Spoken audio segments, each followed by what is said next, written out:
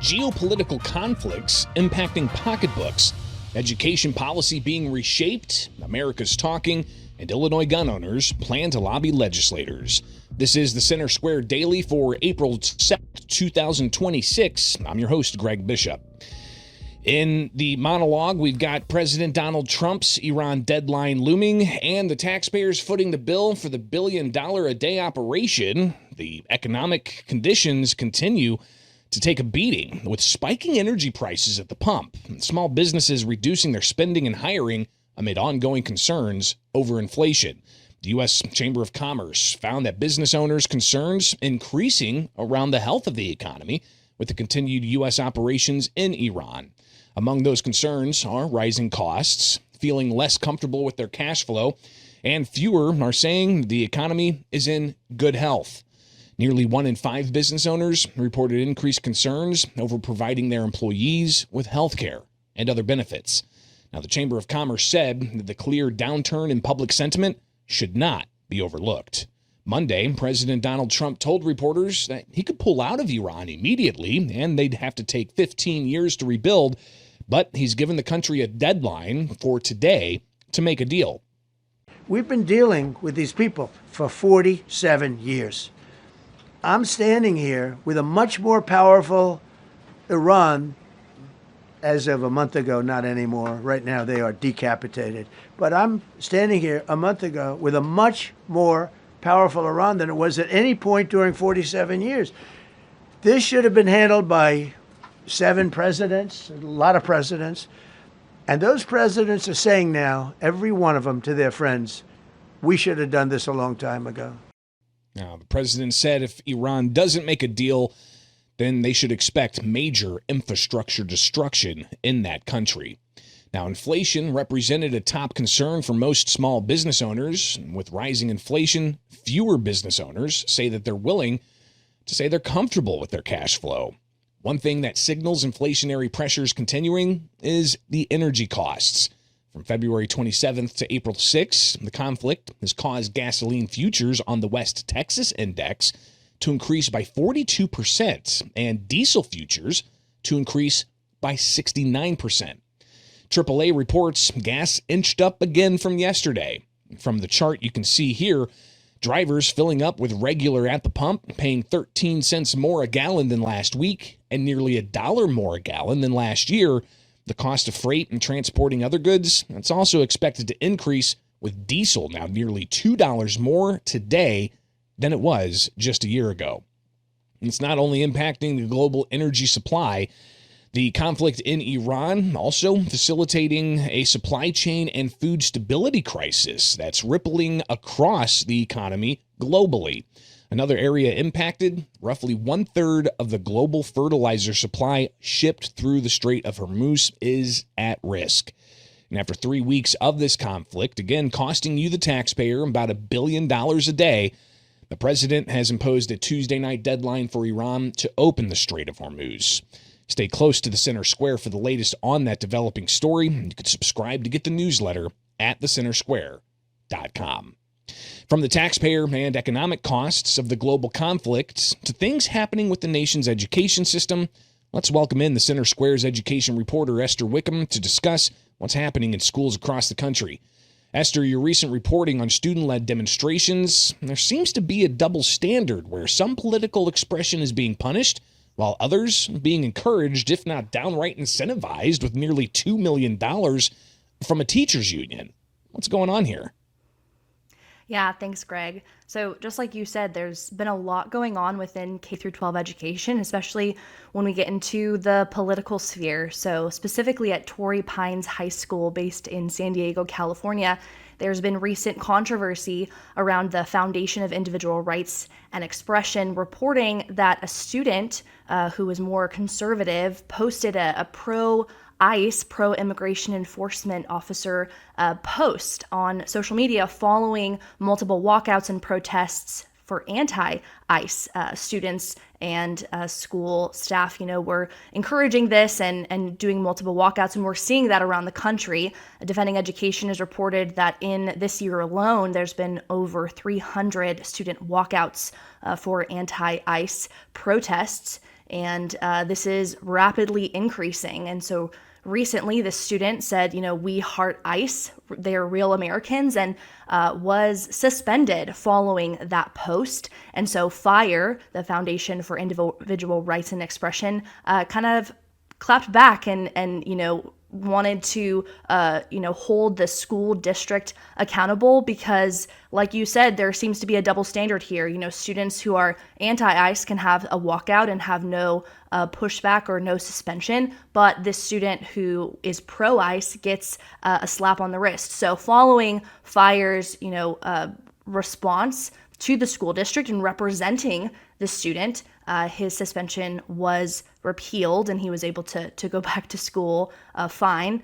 But we're slowly seeing this increase in anti-ICE walkouts, and more students are following suit around the country. And just like you said, teacher unions are definitely getting involved in the political sphere. And talk a little bit about this because we've got May 1st coming up, and that's been traditionally an annual May Day event that certain people on a political persuasion will hold and host. They seem to now be using union dollars to train on this particular issue ahead of May Day operations.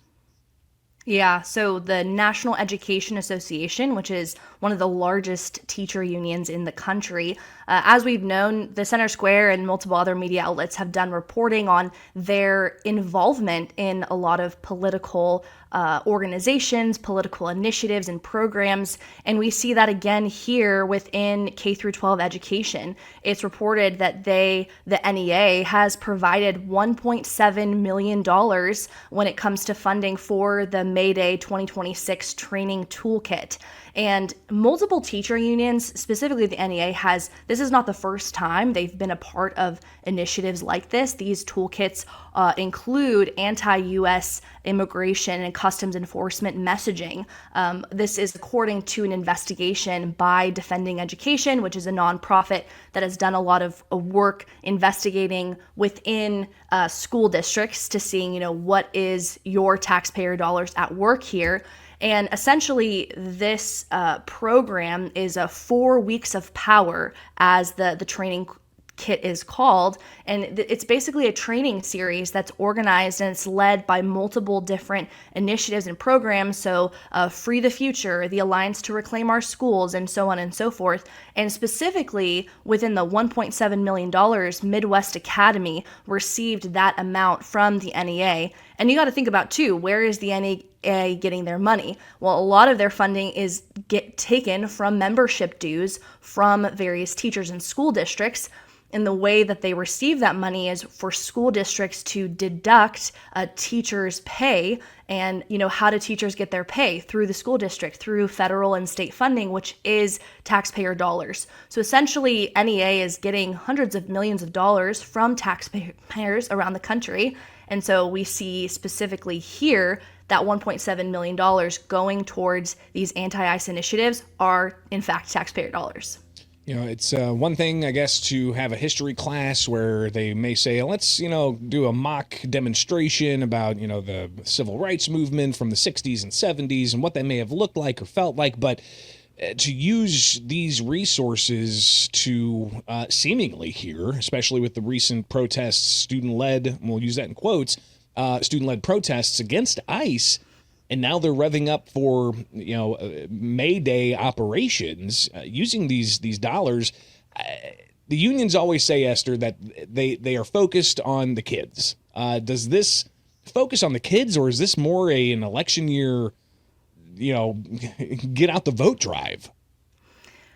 Yeah, according to the reporting and according to, multiple people that are within the teacher union, and especially the leaders, President Becky Pringle of the NEA, she has been very vocal about her political affiliations. I attended this online Zoom meeting a few weeks back that was specifically a part of looking at the state of Minnesota and what's going on there. And something that she said was very much so encouraging these students in what they're doing, these political walkouts, walking out during school hours when they should be in class, and essentially, fighting for what they believe in, right? Anti-ICE. They want to protect their friends and family that they believe are being violated and assaulted on the streets. And so this is some way and the way they believe they can, promote change and call action and essentially, in their minds, hold federal officials accountable.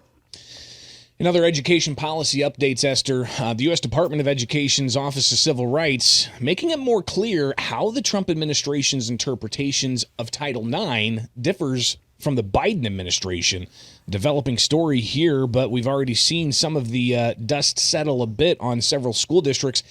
What's Title IX for those who don't understand it, and what exactly is the Trump administration clarifying here?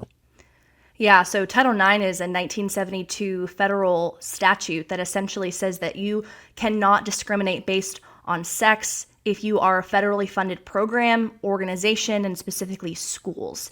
And so what we've seen since the president has been in office for his second term, he's really taken steps to bring back, as he believes, the original interpretation of Title IX, which is looking at biological sex, not gender identity. And we've seen, as the Center Square has reported, multiple investigations and lawsuits against higher education and school districts when it comes to transgender athletes in sports.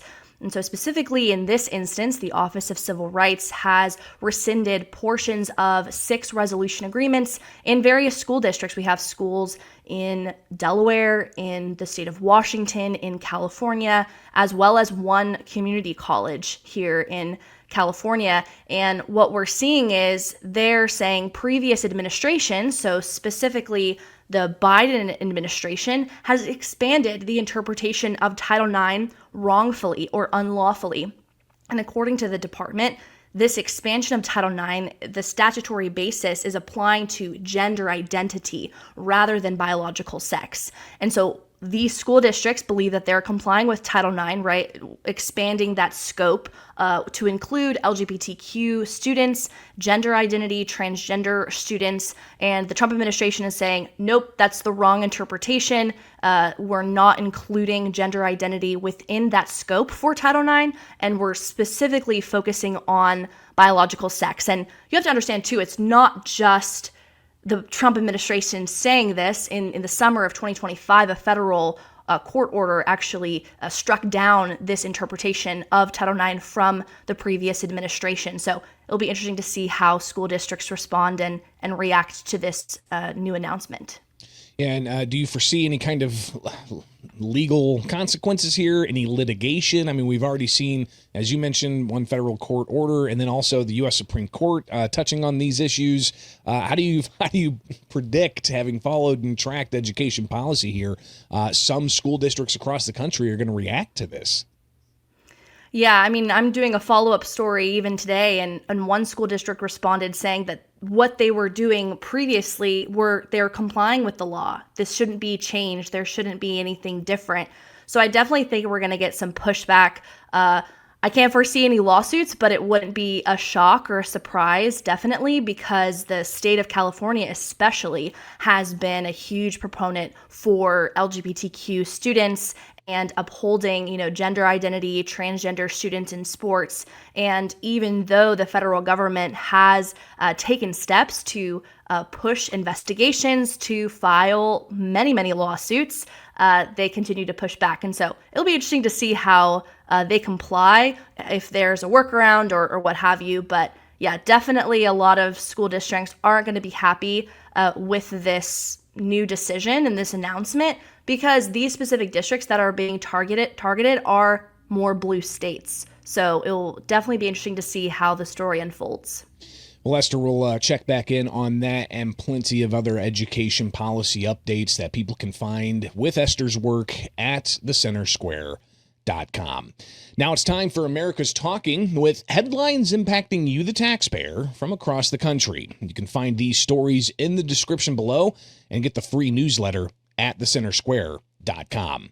Fewer people voted early in Wisconsin this year. The latest numbers from the Wisconsin Elections Commission show a nearly 50% drop in early absentee voting in the state. Now, some of that drop being blamed on what some are calling a low-stakes Supreme Court race in Wisconsin. The rest of the voters in the state, they get a chance to cast their ballots today with polls set to close at 8 p.m.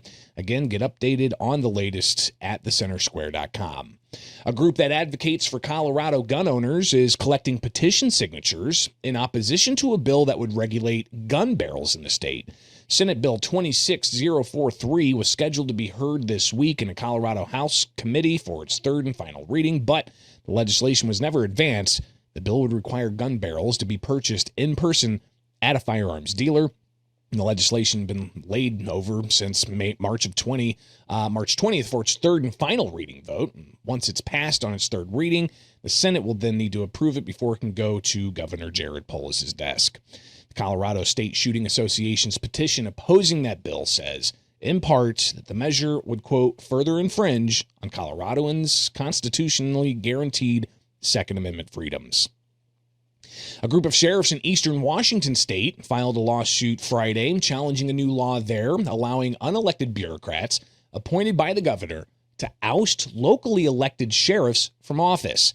Senate Bill 5974 was one of the more contentious proposals to reach the governor's desk following this year's legislative session in Washington. Democrats passed it along party lines. Governor Bob Ferguson signed it Wednesday with some reservations about the process for creating a vacancy. He called SB 5974 a, quote, great bill, but noted that the sponsor might end up doing a little work to address his concerns with other sponsors ahead of the next legislative session. Now, that law takes effect April 30th, just before the candidate's filing period opens for the 2026 elections, unless the courts block it first. Sheriffs from Spokane County, Pend Oriole County, Stevens County, and Ferry County filed that lawsuit Friday, asking the Superior Court to find the law unconstitutional.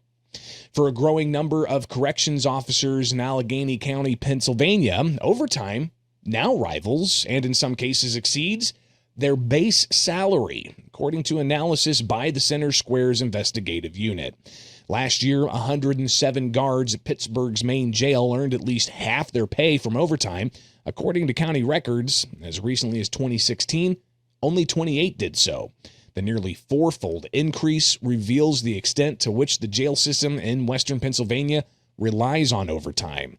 Jail staff made up just 11% of the county's workforce last year, yet they accounted for 52% of those whose overtime pay exceeded half of their total earnings. You can read the investigative team's entire report at thecentersquare.com. And that's just some of what America is talking about with the Center Square. We'll be right back.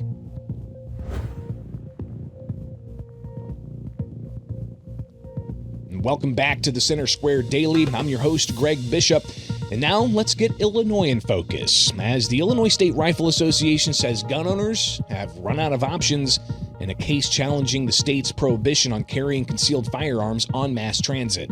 Now, that case, Schoenthal versus Raoul, was filed in 2022, and it dealt with whether the state's ban on carrying firearms on mass transit, even a ban for those who have concealed carry permits, is unconstitutional. A district judge said the measure is unconstitutional. An appeals court differed. But this week, the U.S. Supreme Court turned down a petition to hear that case coming out of Illinois. Illinois State Rifle Association Executive Director Richard Pearson said plaintiffs have run out of options.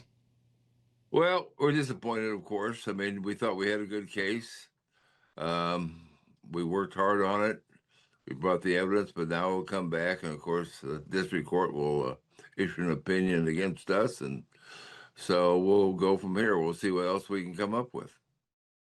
Now, Kathleen Sances, president and CEO of gun control lobby GPAC, she had this to say about the U.S. Supreme Court's decision, saying it's a victory for public safety and an important measure of progress in our shared commitment to reduce gun violence in communities across Illinois. That decision shows Illinois is once again leading the country in creating common sense laws that stand up in court and save lives. But Pearson told the Center Square there are other questions in front of the U.S. Supreme Court that could attach to this issue. Well, right now they have the Wolford case in front of them, which is from Hawaii, which is about public spaces and actually public transportation. So we'll see what they do with that. So we were kind of hoping that for a favorable ruling, at least to take our case, and it didn't happen. So, well, we're left with what we're left with, and so we'll march on and continue. Pearson said next week, April 15th, Wednesday, Illinois gun owners plan to descend upon the state capitol in Springfield to lobby their legislators against restrictive gun laws. Well, because you have to put the face of the law-abiding gun owner in front of the legislators. It is, they keep making laws that are supposedly to attack the illegal use of firearms, but the people who use firearms illegally don't care. So the only effect that it has is on people who are law-abiding citizens. They're the ones who pay the price, who get the inconvenience, who get the higher taxes, who get the more expensive guns, or whatever it turns out to be. They bear the brunt of it, and so it's not the criminal that ever bears the brunt of it. Now, gun owners will meet at the Bank of Springfield Convention Center Wednesday morning with doors opening at 10 o'clock. They'll hear from a range of speakers, and then they'll gather to march through the streets of Springfield, several blocks away, to rally at the steps of the Capitol before heading into the Capitol to lobby their legislators. Now, this event, Illinois Gun Owner Lobby Day, it's been taking place annually during spring session since 2007. Now, among the laws that they'll target are the Rifle Act, which would increase taxes on gun stores and manufacturers by more than $800 million. But Pearson says that's just one measure that the gun owners lobby is keeping their eyes on at the state capitol. So we have all those things working. There's 350 gun bills of different types, and so you never know what's going to come out. Well, the Glock ban, they say they can make it a semi-automatic or an automatic firearm out of a Glock. Well, you can do that, but you can do that with a lot of different pistols and rifles. All of them can be converted some way or another if you put enough effort into it. If you give a machinist a block of steel and he turns it into a machine gun, is the block of steel going to be illegal next? So it's you can turn anything into anything if you have enough work on it. The problem, of course, is that the people who are making these switches, which are illegal, aren't getting prosecuted enough. They get a slap on the hands and down the road they go. And so the next guy comes up, makes some money on it, he doesn't care. But the people who use firearms legitimately for self-defense, competitions, hunting, whatever, they're the ones who have to pay the price. And it's just not right. Now, supporters of that proposed ban on semi-automatic handguns that, quote, can be easily converted to full auto, say that the prohibition only impacts those who sell the firearms, not those who currently have such firearms, and the measures and efforts to, quote, nudge the gun industry to steer away from manufacturing these types of firearms. We'll be watching closely on that legislation and what happens. Legislative session ends in Illinois May 31st, and Illinois Gun Owner Lobby Day takes place Wednesday next week. From my studios in Central Illinois, I'm Greg Bishop. Join us back here Wednesday for more stories impacting you, the taxpayer, from around the country, only with the Center Square Daily.